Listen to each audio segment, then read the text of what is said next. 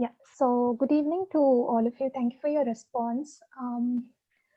So the webinar today is arranged by Talk SLP. It is an educational initiative on Instagram led by myself, Mansi Kannad, and my classmate and friend Tanvi Sangvi. Today's webinar is planned to for all the SLPs and professionals that work with rehabilitation of individuals with communication needs. Our speaker today is Ms. Madhavi Tambe. She has been practicing in the field for over 40 years, and she was a part of the team at Indian Institute of Cerebral Palsy in its early days. Ma'am has been teaching adult and child language disorders to students over the past many years.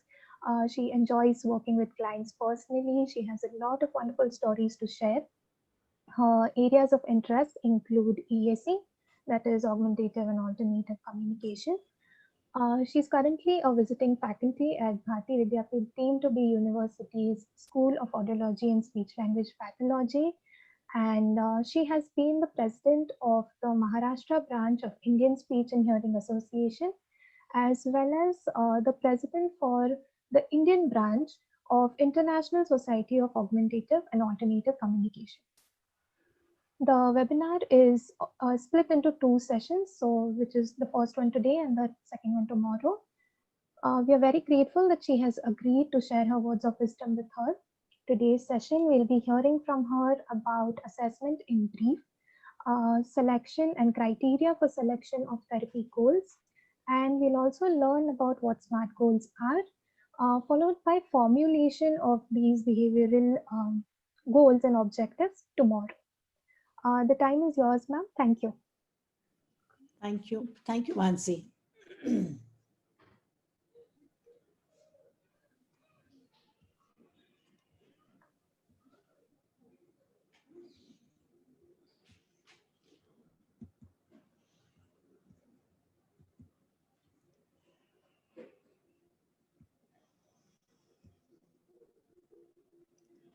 Thank you very much, Mansi. Good evening, everybody.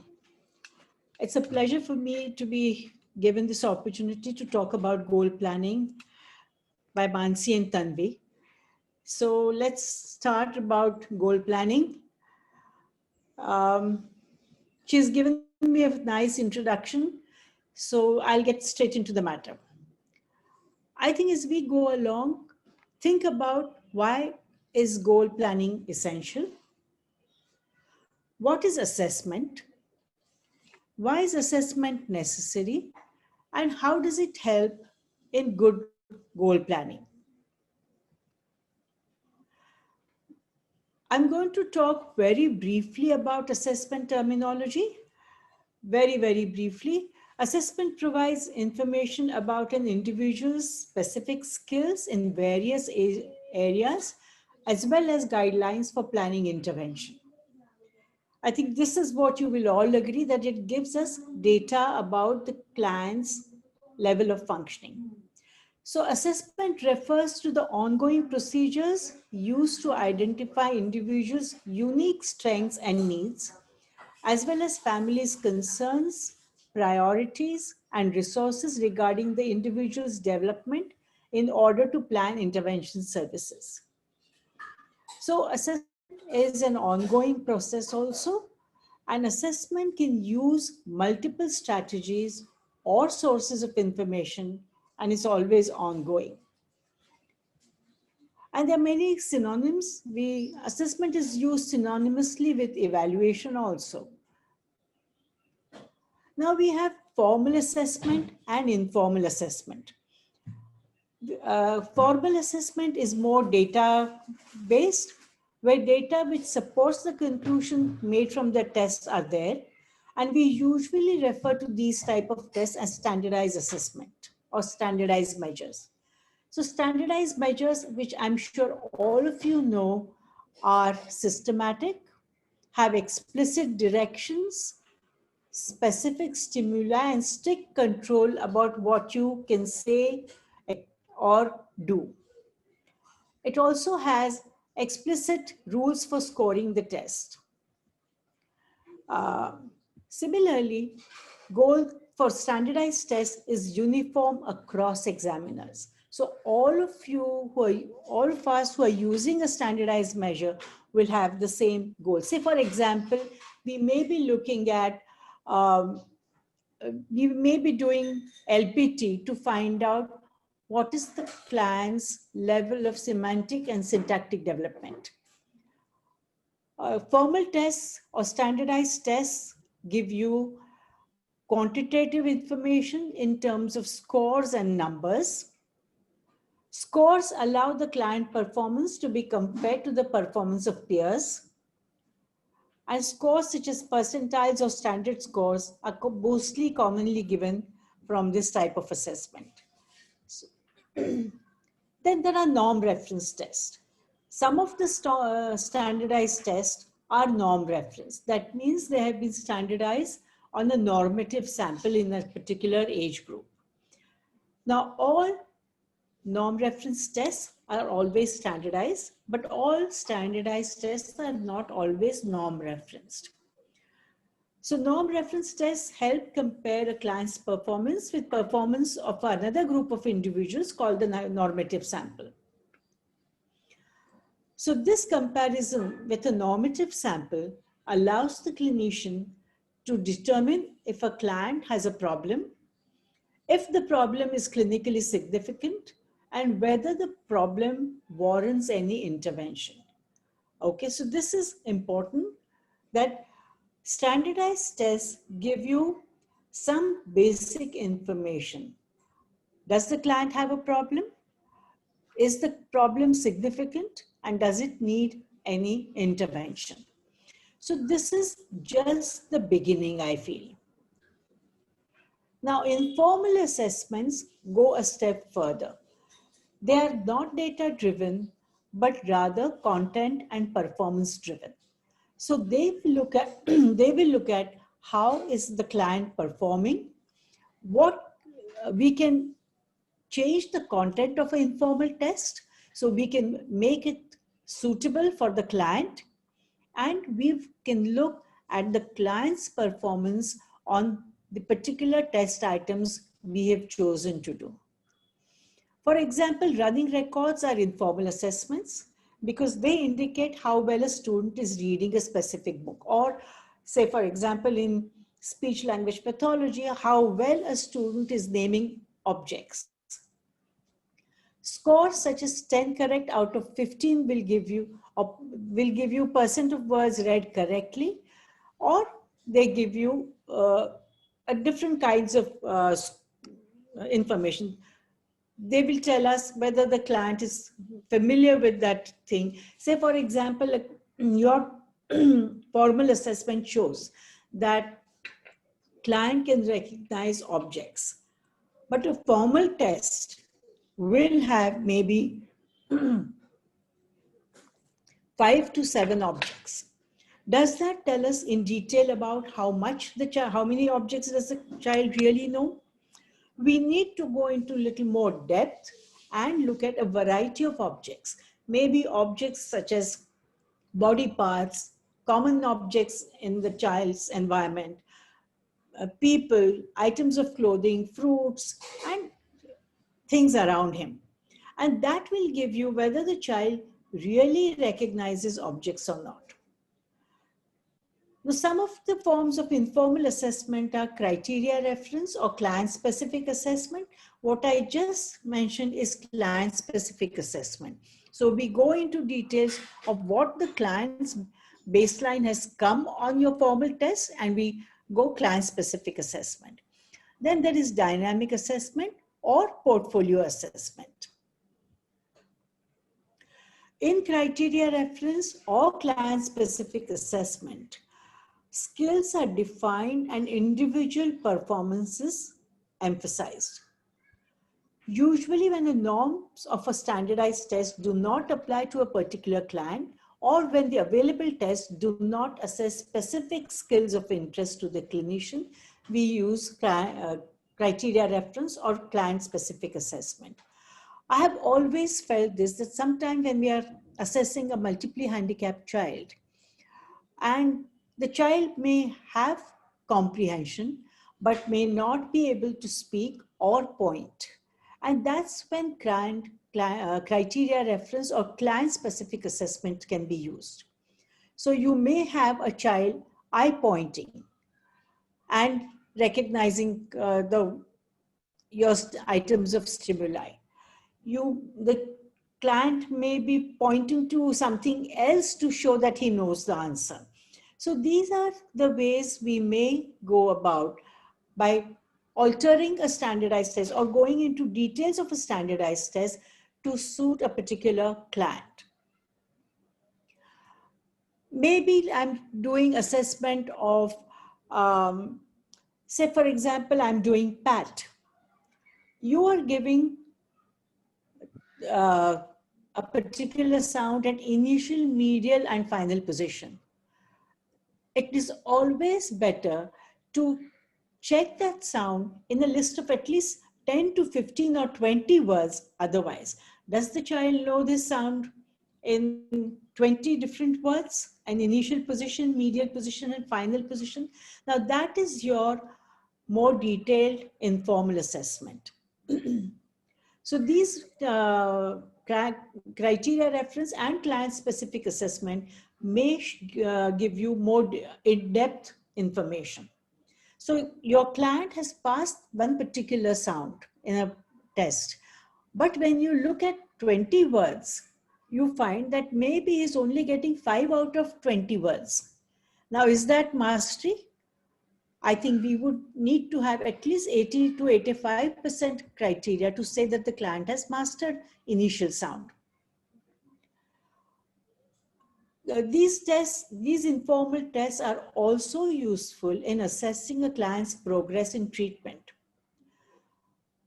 Client-specific procedures are developed for a given client in view of what needs to be assessed and how.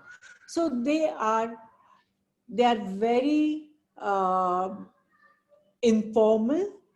I can say they are malleable. You can change a standardized test items to suit your client, to suit his abilities, and to suit your needs of assessment.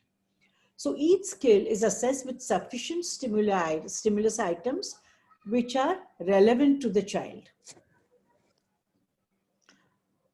There is also dynamic assessment. So dynamic assessment measures a client's ability to learn over time when provided with instruction. Occurs in test, teach and retest paradigm. Now this is another important thing. When we assess a child, we want to know how quickly is he going to learn a particular skill. I think that also tells you about whether the problem is really severe enough to be treated, or is it that the child has not been exposed to a certain skill set. So we can do a dynamic assessment to see the child's learnability. Dynamic assessment may help to differentiate between language different and language deficient children. I think all of you are familiar with different and deficient, okay? A child may be coming from another language background, may be language different, but a child with intellectual disability may be deficient. Therefore, may assist in differentiating those clients who will require therapeutic intervention from those who do not. Then we have portfolio assessment, which is often used with learning disabilities. So portfolio assessment is defined as a systematic, purposeful, and meaningful collection of a client's work in months or more subject areas. Okay, so it is you collect information from a number of people who are involved with working with the child. So it requires a multidisciplinary team that might include the classroom teacher, the parent, psychologist, and any other significant person in the child's life. Okay, so data or document included in the portfolio should help you to answer the following questions. What is the communication problem? There may be a child who may be speaking, the school has said the child is not speaking adequately. Asia. The family feels the child is quite verbal. So do we really have a problem? And the school refers the child to a speech language pathologist. So this is a portfolio assessment here would help us find out what is the cause. Why is the learner experiencing problem? Why is the client not speaking in school, whereas he's quite comfortable at home? And what can be done to remediate this problem? So these are some of the things. Now to sum up, the assessment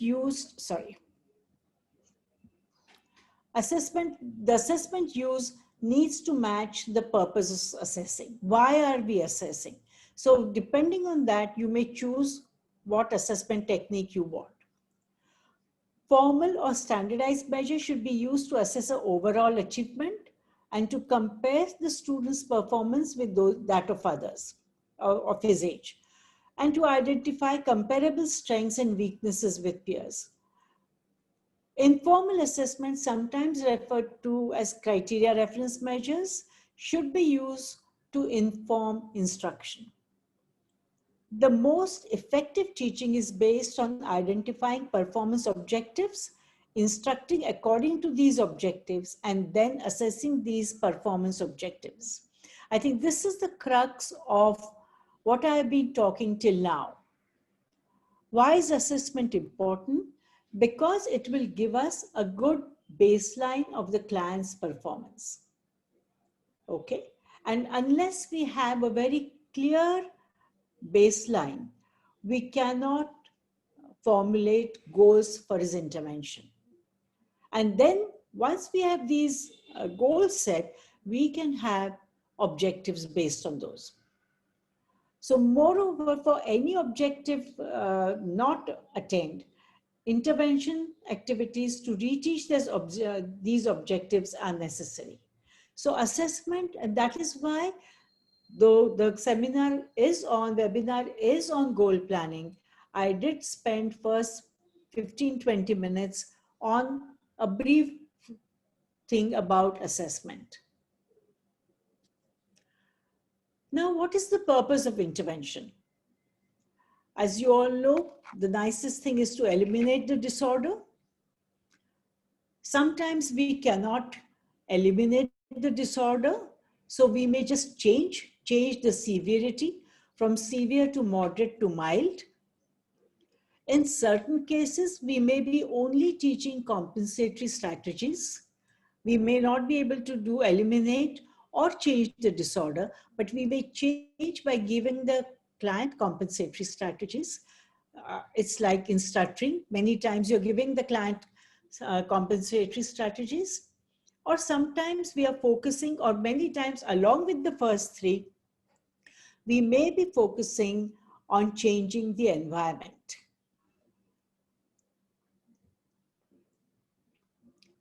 So how does intervention work? Intervention works by facilitation. I mean, there are three aspects to intervention. One is facilitation, one is maintenance, and one is induction. Induction is the most dramatic form of intervention, when the disorder is completely eliminated, or the client learns something which he would not have learned without the intervention. So the therapist's role just stands out. Whereas many times in voice cases, okay, that is where there is induction. You teach a new skill and the client starts speaking. Maintenance could be in young CLP cases, cleft lip and palate cases, till they are waiting for surgery, you maintain their babbling, etc. Or in cases with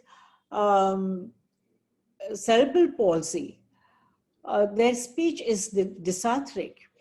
But when they are reaching adolescence, and when there is danger of their speech deteriorating, you give them therapy to maintain their clarity. And facilitation is that even without your intervention, the client will probably achieve the goal, but you are facilitating a quicker or accelerated growth there. So that is facilitation. So these are the three ways in which the intervention works. Now we come to aspects of the intervention plan. First and foremost is the goals of intervention. You decide on the goals. Then what are the procedures or methods you're going to use to achieve these goals? And the context or the physical and social milieu in which the intervention is going to take place. Where is the intervention going to take place? Who is going to be part of the intervention? And who is going to be physically present there, etc., is decided.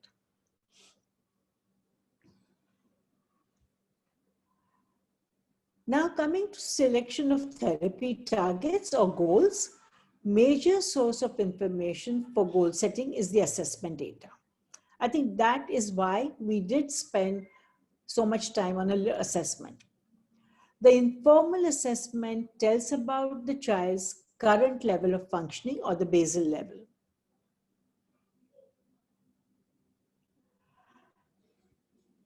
Now establishing baselines. Baselines are clinician designed measures that provide multiple opportunities for a client to demonstrate a certain communicative behavior. This is where I want to stress. Very often, young SLPs take the findings of a standardized test as the basal level. And I think that is a little, it's a shortcut measure, I would say. I think that is where your informal assessment would start. I would rather the clinician go a step before the level where the child is, the last level the child is passed, and a level before that, and to assess those skills in more detail. So we are sure if the child is, maybe there is a child 4-year-old, and you find that the child is functioning at 3-year-old level, and out of the 3-year-old level, he's mastered 5 of the 6 items. I would test him even for 1 or 2 items earlier, and also the item at 3-year-old level which he has failed. And that I would assess with a minimum of 20 stimuli on each pre-treatment baseline. So that will give us what is his percentage of passing those items. Okay, so the ratio of correct versus incorrect responses is calculated. Say, for example, I've done body parts, okay, and the child has got 5 out of 6 body parts. No, I think I'll change another. I'll take objects or pictures. I've got picture recognition, and the standardized tests have one item with object pictures and another item with verb pictures. And in both these items, there are 5 pictures each. Now, if the child has passed this item, I would definitely test this item in a lot more detail. I would take, instead of 5, I would take at least 10 object pictures, 10 pictures of people, maybe his family, his relatives. Verb pictures, I would definitely take at least 20, 25 pictures and check it out.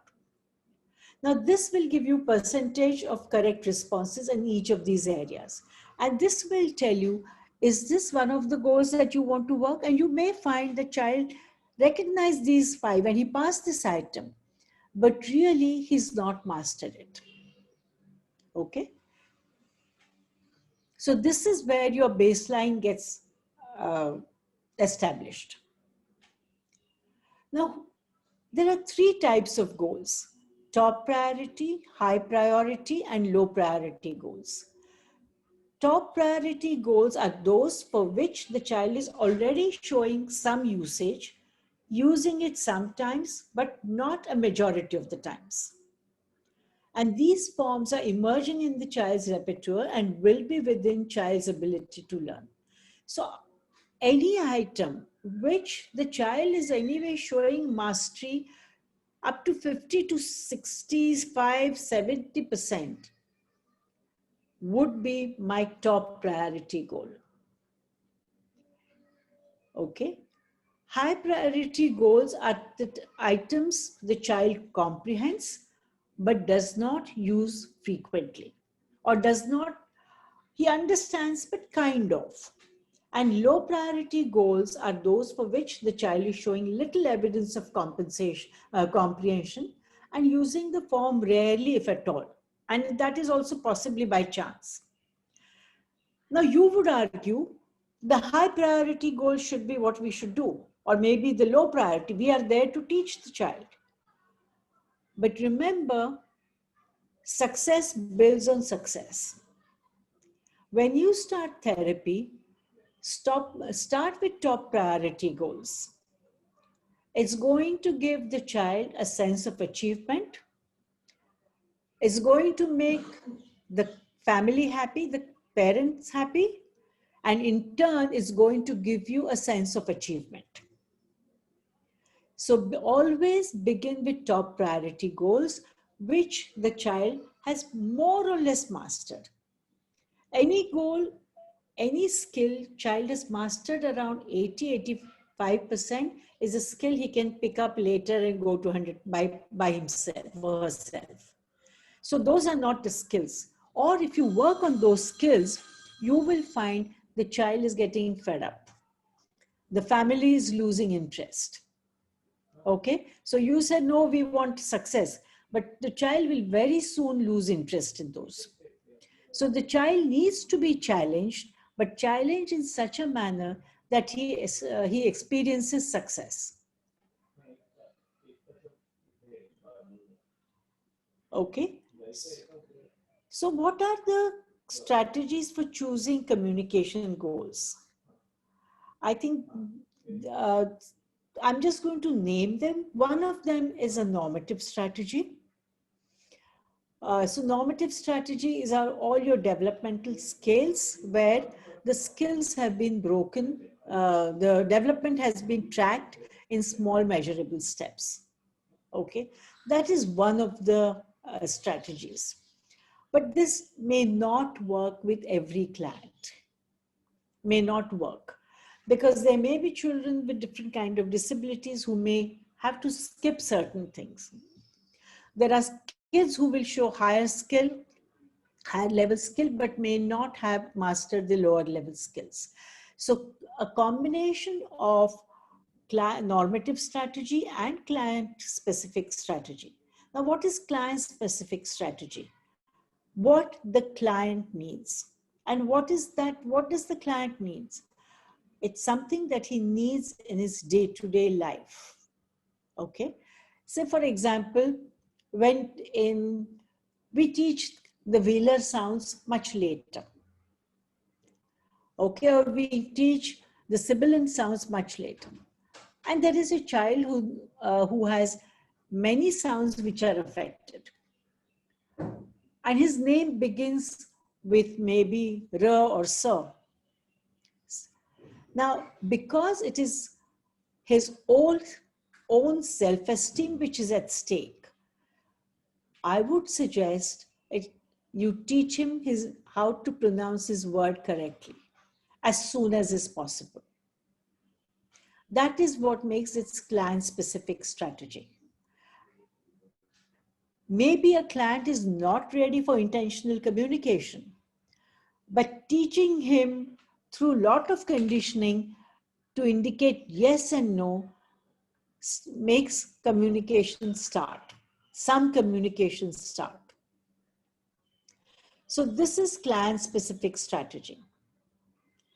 Then communicative effectiveness, or that you said, Consider how say for example, there may be a child who is never going to achieve adult level of functioning or his age appropriate level of functioning. Okay. So we have to give her skills which is going to make his communication effective. He should be able, or she should be able to make his basic wants known. Okay, now this is very, very relevant. Client-specific and communicative effectiveness are very, very relevant to cases with aphasia.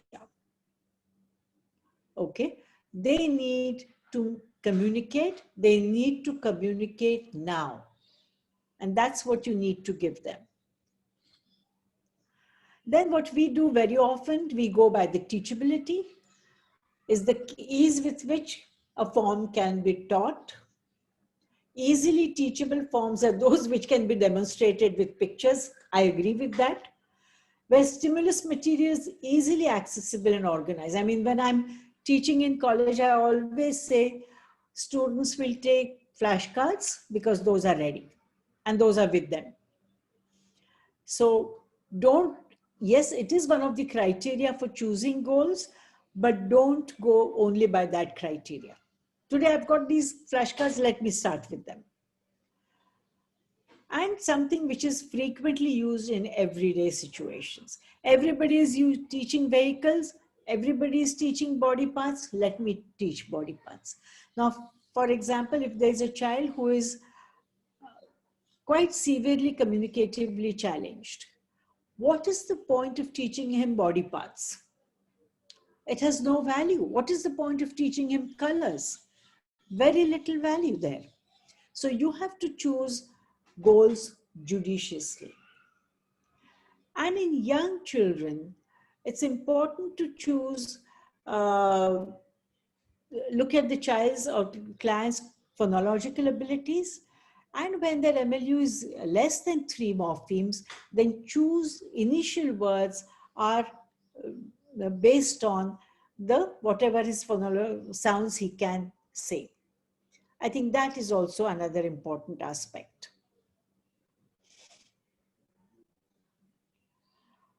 Are there any questions till now?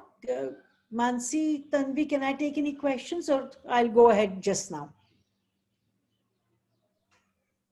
Hello, ma'am. There are no questions till now. Right away. Okay, I think I'll you go can ahead. go ahead. Okay. So what are the contemporary thoughts about language intervention?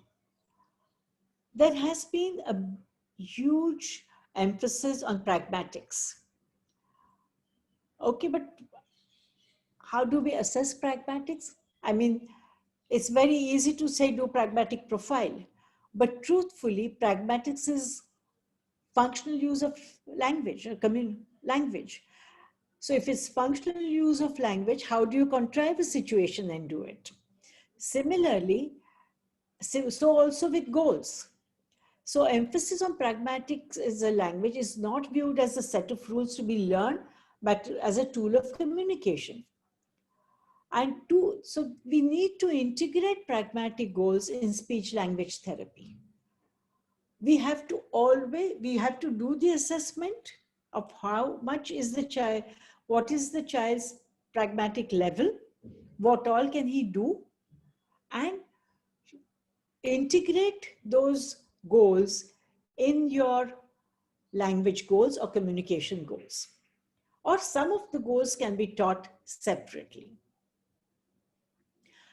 One is to generate pragmatic objectives such as turn taking or topic maintenance.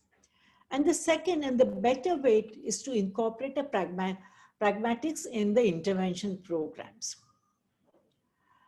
Now, how do we do it? Say, for example, we are teaching a child naming of objects. Okay, and we have with us, and the activity you're doing is maybe a fruit seller. There is a shop and somebody is a shopkeeper who is selling fruits, and the child comes for shopping and names the fruits. Okay. Now here we want to have we want to get the child to ask for things. Okay, so instead of mother pointing to different fruit items of fruit and child naming them, she can say, tell me which fruit you want, point to the fruit and ask the shopkeeper, please give mango. Please, let us say only give apple, give oranges. So you have incorporated the goal of asking for something in your labeling goal. And this can be done easily with a little thought, and I stress on it, preparation. I think this is very, very essential. I think when we go for any session, if your goal and your objective for that session must be very well thought out, your plan should be ideally written in the early stages, your material should be ready, and even what kind of interaction you're going to have with the child must be in initial stages written down or very well planned in your mind. Maybe at least in the point form, it must be written down. Because in a session, you may not be working on only single goal. You would be working on maybe 2 to 3 goals. So all this interaction must be well thought out in advance. So incorporate pragmatic context into intervention plan for every objective, but not for every activity. You may be in initial stages doing only, say for example, you're teaching 2-word phrases. Okay, so it's agent and action cards. Boy sleeping, girl sleeping, etc. Now in this activity, a pragmatic goal cannot be incorporated. But you, in your 2-word phrases goal, as soon as the child can do this labeling of 2-word phrases while naming pictures, as soon as he is a little confident of that, and you take another activity, your pragmatics must be incorporated. For example, he can ask, Mama give, take, say auntie, Didi, Didi you do, Didi do, Didi play. All this can be easily done. Dolls sleeping, all these can be, he can give instructions to the clinician to make the doll do certain actions. He can make, and in fact that the moment child starts doing that, he starts giving commands to the clinician or to the mother, he feels empowered, and I think communication increases. The moment you can control somebody else, or definitely an adult, you love it. The child loves it. So some activities are devoid of pragmatic context to allow a child to focus attention on linguistic objectives. I think I'm going to stop here now. Let me talk about, no, I think I'm just going to talk about this slide. That it's important to realize that any goal without a plan is just a wish. I think we have all gone through stages. I wish I get a distinction. We all have thought about this. I have thought as a student too. I wish my lecture goes off very well. But if I don't have a plan to back up that, I'm not going to reach my fulfill my wish. So we need to wish, we need to have a goal. That wish has to become a goal which is attainable and a doable goal. And we need to plan steps for that. Okay, so without a clear goal and a plan to support that, therapy can appear confusing and irrelevant, leading to lack of motivation and disengagement. Let me tell you, however simple, uneducated parents they may be, but if you are not prepared for your therapy session, if you are not there 100%, they sense it.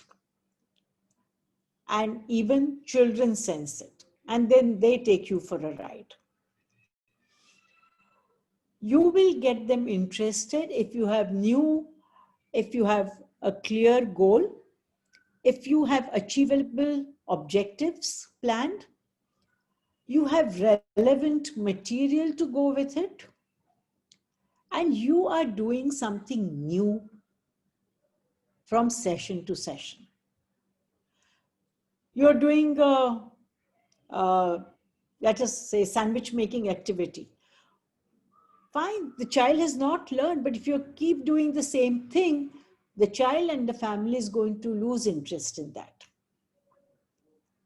This is where you will get help of the family to join you and come with you. Maybe I'll go a little ahead.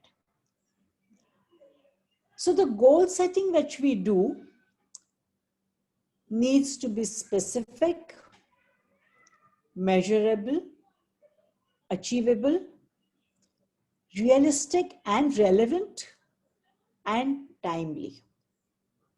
Okay, so let us see what that means.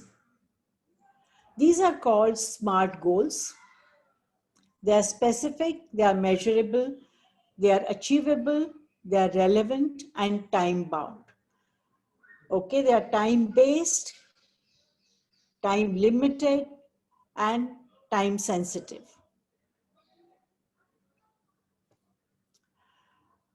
So goals should be specific and clear. Now we have all as SLPs done goals such as the child will have age-appropriate speech and language. Okay, how specific is that? It's a broad goal. It's a vision, perhaps. That vision needs to be broken down into goals. Your goal has to be very specific.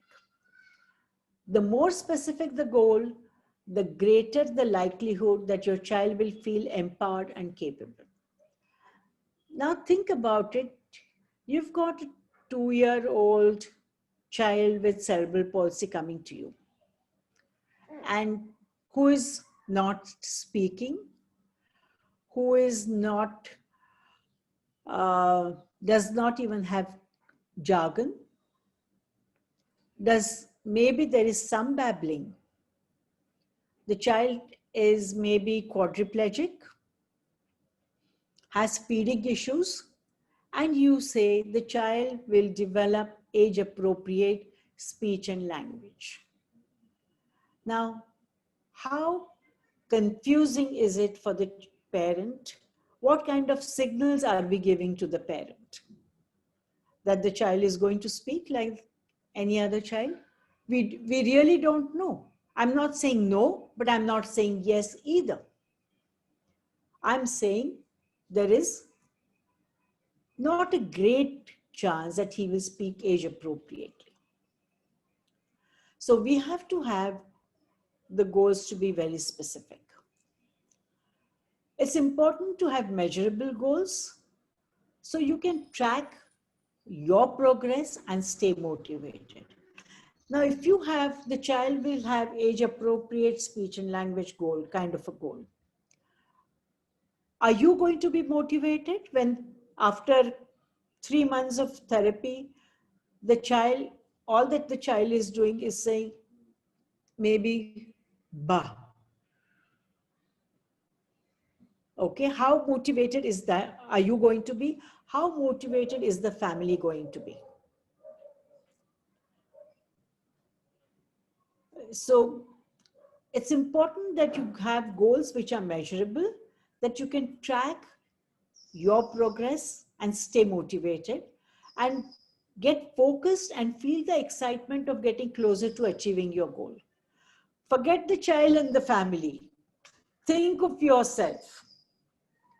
You as a clinician also wants to experience success. How many professionals refuse severely mentally and physically challenged patients and send them away?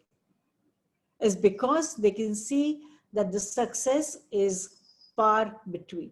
It's not a very tangible success. And that is so because you don't set specific short goals, you don't have clear goal and clear objectives, which are achievable. Your goals need to be realistic and attainable to be successful. In other words, it should challenge the client's abilities, but still remain possible. Okay. So, for example, let us take the goal of a stutterer is coming to you, and he is a severe stutterer. I think your goal is to give him strategies and make him speak fluently without bumpy speech, at least for a minute or maybe 5 minutes, or while reading phrases. If you do that, your goals for that month are achieved. Then you go to the next step. Now that is an experience of success for him as well as you. Make sure that the steps needed to reach the goal are healthy, logical, and in line with the overall objectives of the SLP. A goal of age-appropriate speech and language for civil, okay, I've just given this. So this is not likely to happen swiftly, if at all, but can create unrealistic expectations for the family. Also make sure to incorporate time-related markers for goals. Time is tangible, time is measurable, and time is specific. So the goals that you do have to be very, very specific. Something, and the time is if you say, I'm going to achieve this in maybe 10 sittings. Moment you give yourself that time limit, you know what kind of a short-term objective you need to set. You have your long-term goal, but that long-term goal needs to be broken into 4 or 5 steps. Now, even the long-term goal will depend on what kind of a setting is it. Okay. Ma'am? I will come to the setting part. Ma'am? Yes. Ma'am, I think we can stop here and continue from tomorrow onwards in the next session. Is that okay? Yeah. I'll just add this address function. Okay, we'll start from here tomorrow. Okay, ma'am. That's fine. Should I stop sharing, Mansi? Any questions? Yes, ma'am. So thank you so much for a very insightful session. We are getting comments in the chat.